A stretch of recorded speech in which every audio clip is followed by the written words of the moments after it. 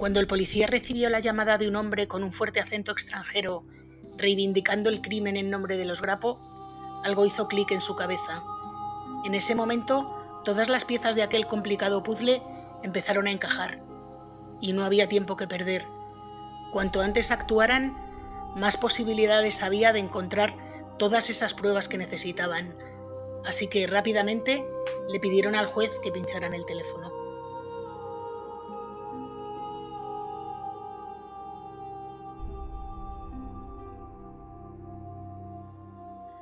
Hola a todos, yo soy Julia y hoy os traigo el caso de una mujer codiciosa, de maneras suaves y educadas, que nunca levantó la voz. Sin embargo, no dudó en convencer a sus hijos para cometer uno de los parricidios más mediáticos de los últimos 50 años en España. Esta es la historia de cómo se llevó a cabo el crimen y de cómo fue capaz de engañar a la policía durante meses. Si quieres saber más, sé bienvenido.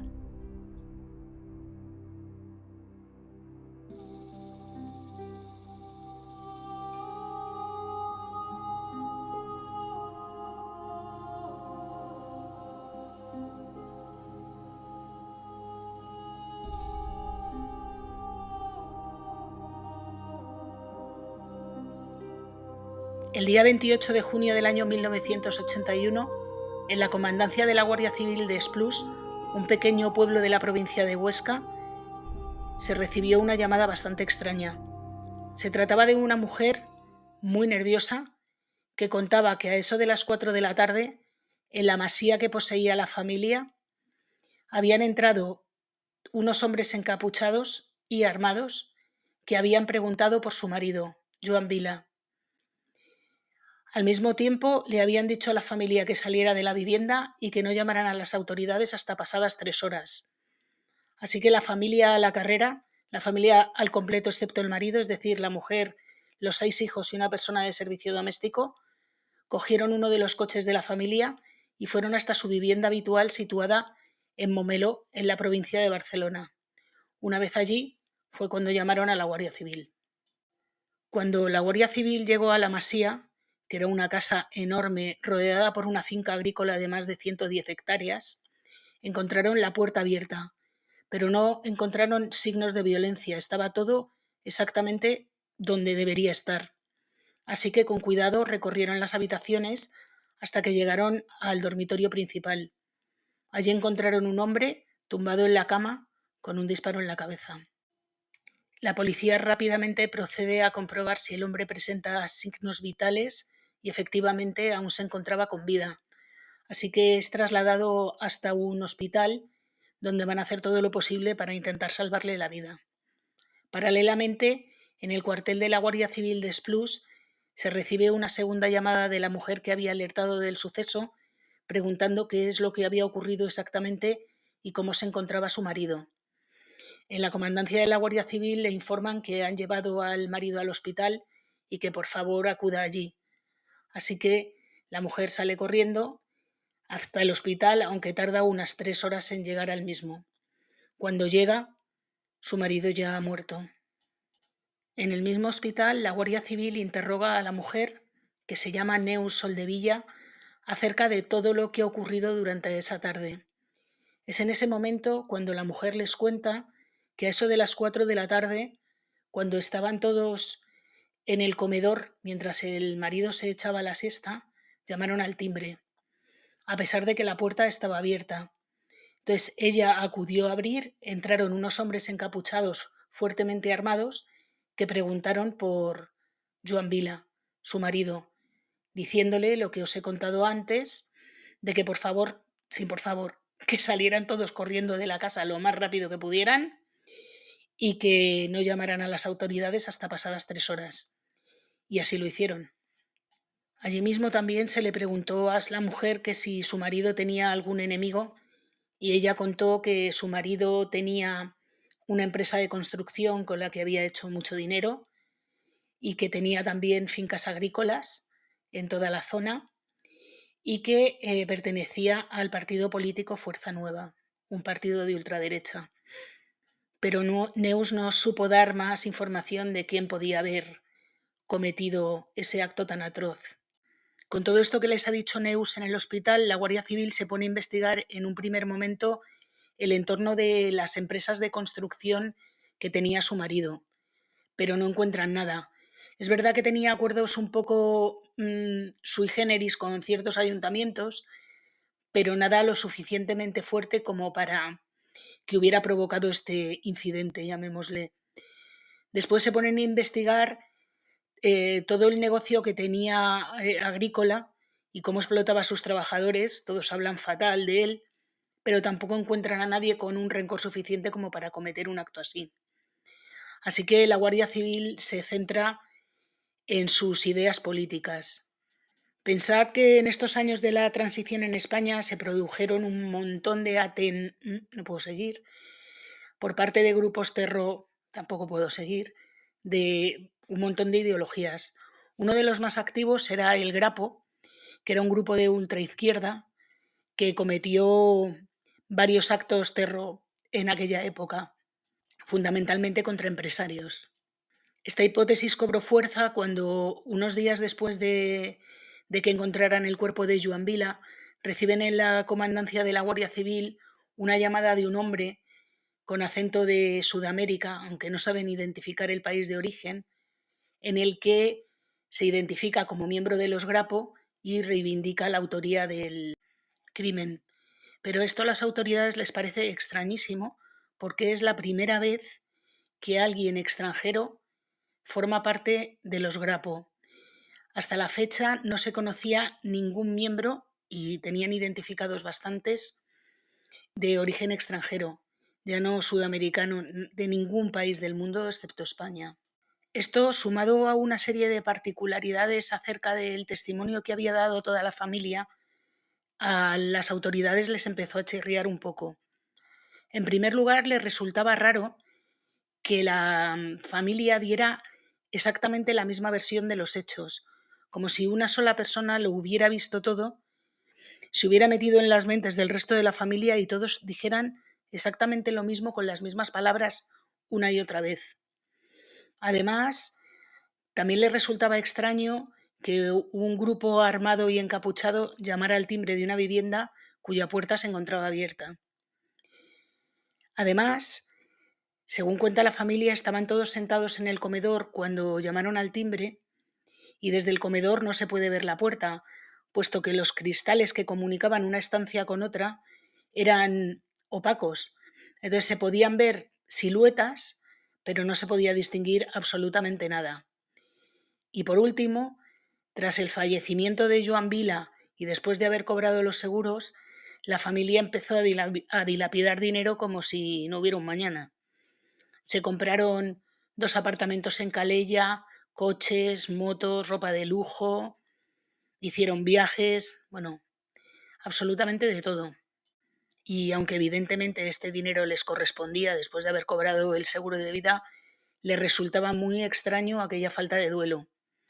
Es verdad que cuando se les preguntó acerca de Joan Vila, tanto los hijos como la mujer no hablaron de él en buenos términos. Decían que era un hombre muy déspota, que trataba a la familia a gritos, que apenas les daba dinero suficiente como para comprar comida, que no permitía que sus hijos estudiaran, incluso a su hija mayor la había sacado de la facultad, a los niños pequeños les tenía trabajando desde los 8 años. Bueno, un tirano explotador con un carácter, según comentaba la familia, muy muy fuerte. Una vez que pinchan el teléfono de la familia, empiezan a descubrir que Neus no es la persona que parecía en un principio, aquella mujer dulce y sumisa que la policía pensaba que era. En realidad era otra cosa. Descubrieron que había tenido muchos amantes y que seguía teniéndolos, uno de ellos con una voz parecidísima a aquel señor que reivindicó el acto en nombre de los Grapo, y descubrió también que Neus tenía una serie de negocios financieros de dudosa rentabilidad. Así que la policía, en vista de que nadie de la familia quería hablar, todos daban siempre la misma versión, empezó a tocar a la parte más débil de la cadena aquella, que era Inés, la empleada doméstica. En realidad con ella habían hablado en bastantes ocasiones, pero también se negaba a hablar. Sin embargo, tenía un hijo que estudiaba medicina en Barcelona y la policía fue a hablar con él a pedirle que por favor le dijera a su madre que confesara que iba a ser mejor para ella, que podía estar implicada en algo muy gordo, que podía implicar cárcel y que era mucho mejor que hablara. Así que en octubre de 1981, 4 meses después de que pasara todo, Inés confesó. Y así empezó el principio del fin para Neus. Pero aunque Inés confesó, Inés no sabía todo. Una de las cosas que no sabía es quién apretó el gatillo.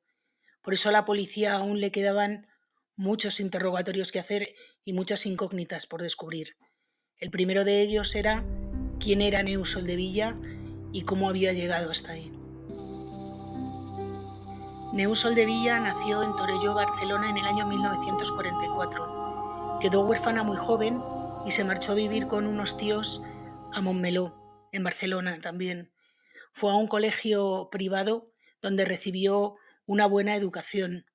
Todo lo contrario que su marido, Joan Vila, que había nacido 10 años antes en el pueblo de Vic, también en Barcelona, y apenas sabía leer y escribir, puesto que había ido muy poco tiempo a la escuela. Desde muy joven tuvo que dedicarse a las labores agrícolas para poder mantener a una familia numerosa en la que, aparte del padre, la madre y los abuelos, tenía 10 hermanos. La pareja se conoce en el año 1962 y aunque Joan llevaba de relación bastante tiempo con una chica, incluso tenían previsto casarse, cuando conoce a Neus rompe su relación y al poco tiempo se casan. Se casan a pesar de la férrea oposición que hicieron los tíos de Neus, a los que no les gustaba nada Joan por sus rudos modales y porque sobre todo carecía de educación y de dinero.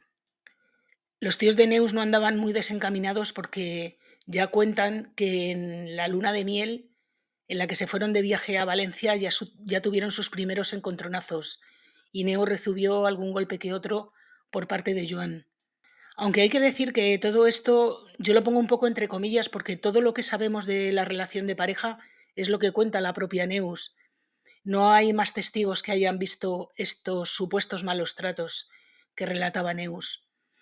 A pesar de todo ello, Neus ya vuelve embarazada de la luna de miel, embarazada del primero de los 6 hijos que tuvo la pareja. A la vuelta, la pareja se establece en Vic, donde montan un bar que al poco tiempo, en cuanto empieza a funcionar medianamente bien, venden para conseguir dinero para un proyecto empresarial que tenía Joan. Aunque Joan apenas tenía instrucción ni formación, era un hombre muy emprendedor y vio un negocio floreciente en la construcción. En esta época había un montón de ciudades industriales en los alrededores de Barcelona que, si bien contaban con mucha industria, tenían muy poca vivienda. Y ahí es donde vio Joan la posibilidad de ganar dinero, construyendo viviendas para todos estos trabajadores de la industria que tenían que desplazarse a diario desde infraviviendas en Barcelona hasta las naves industriales que estaban en los alrededores. Gracias a buenos contactos políticos que tenía en el Ayuntamiento de Granollers, logró licencias para construir estos bloques de viviendas que le hicieron ganar una pequeña fortuna. Se calcula que en el momento de su muerte, Joan Capdevila había logrado hacerse con un patrimonio de 150 millones de pesetas, que según la calculadora de inflación que he consultado, equivaldría a unos 5 millones de euros a día de hoy, además de varias fincas agrícolas, la casa de Montmeló y 17 pisos en los alrededores de Barcelona. Aunque en el momento de su muerte Joan prácticamente había cesado su negocio de la construcción, puesto que con la llegada de la democracia perdió sus contactos políticos, aún así siguió manteniendo la empresa a la que acudía regularmente. Pero la falta de trabajo y de ingresos económicos agrió aún más el carácter de Joan, que se volvió todavía más déspota y controlador con su familia. No quería que sus hijos estudiaran, puesto que él no lo había hecho y había logrado enriquecerse, y cuentan que desde los 8 años los niños trabajaban en el campo de sol a sol y sin apenas tener tiempo ni para jugar ni para estudiar. Como he dicho anteriormente, la pareja tenía 6 hijos. En el momento de los hechos, Neus, la mayor, que vamos a llamar Marinieves, tenía 18 años. Luego había 2 gemelos que se llamaban Lluís y Joan, que tenían 17. Luego una niña de nombre Marisol, María Dolores de 11 y Ana María de 9. Cuenta Neus y toda su familia que Joan era muy tacaño, muchísimo. Y Neus no era una persona de conformarse. Así que en un primer momento, debido a la falta de dinero que le daba su marido, decidió buscarse un segundo trabajo como vendedora de pisos en una inmobiliaria y posteriormente como representante de cosméticos en peluquerías y centros de estética. Como aquello parece ser que no fue suficiente para mantener el tren de vida que ella creía que se merecía, se dedicó a pedir dinero prestado a conocidos a los que convencía que les iba a pagar unos intereses elevadísimos, nada menos que el 30% pasados 6 meses. Cuando pasaron los 6 meses y no disponía del capital para devolver el dinero que había recibido prestado, pedía un nuevo préstamo y así iba pagando intereses a todo aquel que le dejara dinero. Con este dinero que Neus había pedido prestado, aparte de comprar absolutamente de todo, se hizo con 2 apartamentos en Calella, apartamentos que siguió utilizando después de la muerte de su marido. La situación realmente se le había hecho absolutamente insostenible porque muchos de sus acreedores amenazaban con hablar con Joan y pedirle a él el dinero, y Neus sentía verdadero pánico de que esto sucediera. Hay que pensar que 17 millones de euros de 1981 equivaldrían, según los datos de la calculadora de inflación, a más de 550.000 euros a día de hoy. Así que a Neus no se le ocurrió otra cosa más que intentar cobrar el seguro de vida de su marido y para ello necesitaba acabar con él, claro. La feliz idea que tuvo esta mujer es convencer a toda su familia para que uno de los pequeños cometiera el delito. Ella no se quería manchar las manos de sangre. Cuando comenzaron las detenciones y los interrogatorios de todos los miembros de la familia, Neus siguió sin confesar. Ella decía que no sabía nada y que todo había sido obra de unos encapuchados. Sin embargo, los pequeños enseguida comenzaron a hablar, especialmente porque pensaban que su madre había confesado.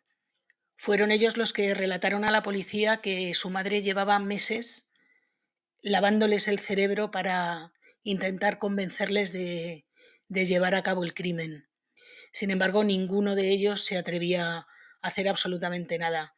Incluso la mayor, Marinieves, era un poco reacia a hacer nada. Sin embargo, luego encubrió y participó. Al final, la que tuvo las narices de apretar el gatillo fue Marisol, la pequeña de 14 años, que además era inimputable en aquella época. Cuentan que el día de los hechos cogió la pistola que tenía su padre guardada en un armario en la casa, puesto que era muy aficionado a la caza y tenía todo tipo de armas. Así que, como digo, Marisol agarró la pistola y al grito de "si nadie tiene cojones para hacerlo, ya lo hago yo", y lo hizo. Acabó con la vida de su padre, que estuvo agonizando además durante unas cuantas horas. Durante el juicio, Marisol se retractó de su confesión y dijo que en realidad ella no lo había hecho, pero que su madre le pidió que dijera que sí, puesto que debido a su edad a ella no la podían condenar. A pesar de todo, el fiscal pidió 100 años de prisión para el conjunto de la familia, con Neus a la cabeza por ser la instigadora del crimen. En mayo de 1982 comenzaron las vistas de un juicio que fue muy mediático y que implicaba a Neus, a sus 4 hijos mayores y a Inés, la empleada doméstica. El abogado que llevó la defensa de la familia y de Inés era Emilio Rodríguez Menéndez, otro personaje que ya os contaré luego porque también, si no os acordáis, este hombre también tiene lo suyo. Aquel juicio fue un poco un sálvese quien pueda, cada uno confesando lo que podía a su manera y negando los hechos como podían. Marisol, como ya digo, negó ser la autora. Los gemelos, para intentar rebajar la condena, dijeron dónde se había enterrado el arma, que era un punto intermedio en la carretera entre la finca de Esplús donde se cometieron los hechos y la casa de Montmeló, y allí la encontró la policía, y Neus negándolo absolutamente todo, mientras Marinieves dice que ella simplemente estuvo mirando, que no participó en los hechos. El 2 de junio el juez dictó sentencia con una condena a 28 años de prisión a Neus Soldevilla por instigación al parricidio y como coautora de los hechos con alevosía y premeditación, a la hija mayor Marinieves a 26 años por coautora, aunque posteriormente el Tribunal Supremo se lo rebajó a 12 por cómplice y no coautora, a los gemelos a 10 años de prisión a cada uno, y Marisol quedó a disposición del Tribunal de Menores, pero como dije anteriormente, no pudieron condenarla a cárcel. Inés fue absuelta, aunque condenada por encubrimiento y por engañar a la policía a 6 meses de prisión que no cumplió. Inexplicablemente, y como hemos contado en tantas ocasiones, Neus solamente cumplió 4 años en prisión hasta que logró salir en régimen abierto. Cuando la noticia trascendió, se armó tal revuelo que tuvieron que revocarle el régimen abierto. Neus, en teoría, debería haber ingresado en prisión, pero cuando la orden llegó, Neus ya había huido. Se había teñido el pelo, había cambiado de identidad, se hacía llamar Montserrat Ferrer y se había marchado a Portugal. Desde Portugal concedió un montón de entrevistas pagadas, eso sí, a un montón de medios en los que contaba las cosas más peregrinas que podáis imaginaros.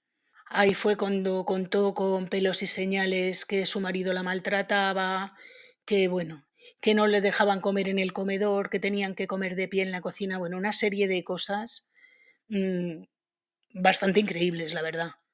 A ver, que yo entiendo que este hombre sería muchísimas cosas, pero los hijos años después contaron que este hombre adoraba a su mujer y realmente a él no se le conoció ninguna amante ni ninguna aventura extramatrimonial. Sin embargo, a ella a decenas. Bueno, en realidad Neus era una manipuladora de manual a la que no se puede creer absolutamente nada. Bueno, como digo, Neus estaba en Portugal y desde allí huyó a Sudamérica, concretamente a Colombia y Ecuador. Hasta allí se marchó con su hija Dolores y a los 19 meses fue detenida por tráfico de esmeraldas y extraditada a España a terminar de cumplir la condena. A pesar de la fuga y de que se le retiraron un montón de permisos penitenciarios y de beneficios y de bla, bla, bla, al final Neus salió de la cárcel en el año 1997, 13 años antes de lo que le correspondía. Nada más salir de prisión se casó con un empresario llamado Tomás Busquets, posó desnuda para la revista Interview, acudió al programa de televisión La Máquina de la Verdad y concedió un sinfín de entrevistas. A raíz de todas las declaraciones que hizo en estas entrevistas y las que había hecho anteriormente, sus hijos no quisieron volver a saber absolutamente nada de ella. De hecho, perdió el contacto con todos sus hijos. Además, demandó a una productora de cine que había hecho una película que se titulaba Crimen en Familia, que según ella estaba basada en su vida. Y es cierto, la verdad es que si veis la película es prácticamente una reconstrucción de lo que ocurrió aquel fatídico 28 de junio de 1981 y cómo llegaron a cometerse todos esos delitos. Bien, como digo Neus demandó a la productora y ganó el juicio. Nuevamente tuvo un abogado bastante mediático en este caso, que fue el Lute. Luego después, cuando acabe de contaros el caso, os contaré un poco la historia de los abogados de Neus, porque en ambos casos, tanto Emilio Rodríguez Menéndez como Eleuterio Sánchez, tienen para un capítulo entero. A día de hoy, Neus sigue viva, aunque no se sabe exactamente gracias a qué ingreso sobrevive. Yo supongo que será gracias a las 2 pensiones de viudedad que recibirá tanto de Joan, su primer marido, como del segundo, que también falleció. Pero ha dejado de aparecer en los medios y aunque se han cumplido 42 años de los sucesos de Splús, hace mucho tiempo que no se sabe nada de ella. Y bueno, hasta aquí el caso de Neus. Ahora voy a contaros la historia de Emilio Rodríguez Menéndez, su primer abogado, y de Eleuterio Sánchez, el segundo, y voy a haceros una valoración de lo que me parece a mí esta mujer. Bueno, en realidad de lo que me parece el caso entero, porque los hijos también tienen lo suyo. Bueno, y antes de nada voy a ir con el bonus track de los abogados de Neus, porque los dos tienen una historia bastante particular. El primero de ellos, Emilio Rodríguez Menéndez, el que defendió a toda la familia en el caso de parricidio. Este señor, que seguro que todos habéis oído hablar de él, lo último que se sabe es que fue condenado a 4 años de prisión. Fue en este verano, creo que en el mes de julio. Como digo, fue condenado a 4 años de prisión en Argentina por un delito de estafa. Este señor estaba en Argentina porque se había fugado de la justicia española en el año 2005, cuando fue condenado por difundir un vídeo de contenido sexy de Pedro J. Ramírez, que se hizo muy, muy, muy famoso en su día. Pedro J. Ramírez es el exmarido de Ágata Ruiz de la Prada y antiguo director del diario El Mundo, y ahora es director del diario El Español, seguro que lo conocéis. Bueno, pues eso, lo que digo, que fue condenado en el año 2005, pero se fugó a Argentina. Un año después volvió, se supone que a visitar a su madre escondido y disfrazado de él mismo, o sea, era imposible no reconocerle. Total, que le volvieron a detener, le metieron en prisión y se volvió a fugar nuevamente en otro permiso penitenciario. Y ya no volvió, se estableció en Argentina y ahora está en prisión en Argentina por un delito de estafa. Vamos, un pieza. Al margen de todas las condenas, este señor ha tenido escándalos de todos los colores, exmujeres, se supone que tráfico de sustancias, bueno, blanqueo de capitales. Bueno, lo que no os podáis imaginar, en todo eso está metido este individuo. Delitos de sangre no tiene, pero por lo demás se podría hacer un capítulo bastante completito con la historia de Emilio Rodríguez Menéndez. Y por otro lado, su abogado defensor en el juicio contra la productora de televisión, el que le llevó Eleuterio Sánchez, alias El Lute, del que probablemente también hayáis oído hablar, este señor tiene una historia completamente diferente. Eleuterio Sánchez fue muy conocido a finales del franquismo porque fue uno de los últimos condenados a... aunque no, la condena evidentemente no se llegó a ejecutar, porque si no, no hubiera podido defender a Neus, evidentemente. Bueno, el caso. Este fue un señor que fue detenido en el atraco a una joyería donde falleció el guardia de seguridad. Cuando ingresó en prisión no sabía ni leer ni escribir. Sin embargo, se supone que es muy, muy, muy inteligente porque protagonizó fugas, unas cuantas. Bueno, el caso es que siempre le volvían a coger.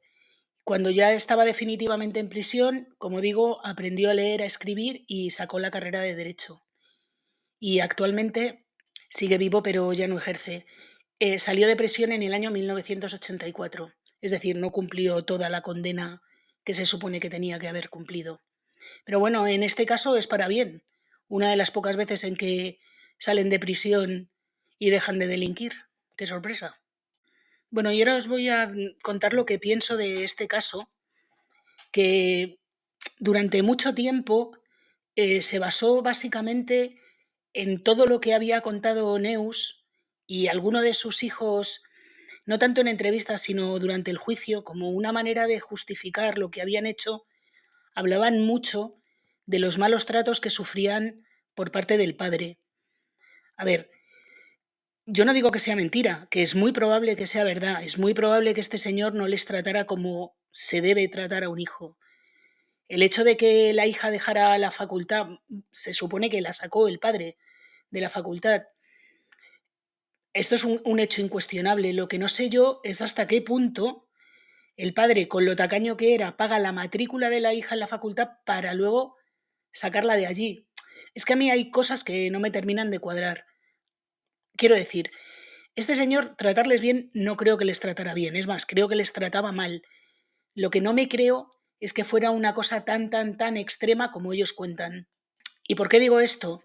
A ver, lo digo porque después de un tiempo, alguno de los hijos, bueno, en concreto Marisol, dijo que realmente su madre nunca había sufrido malos tratos por parte de su padre, sino todo lo contrario. Su padre, por lo visto, adoraba a su madre.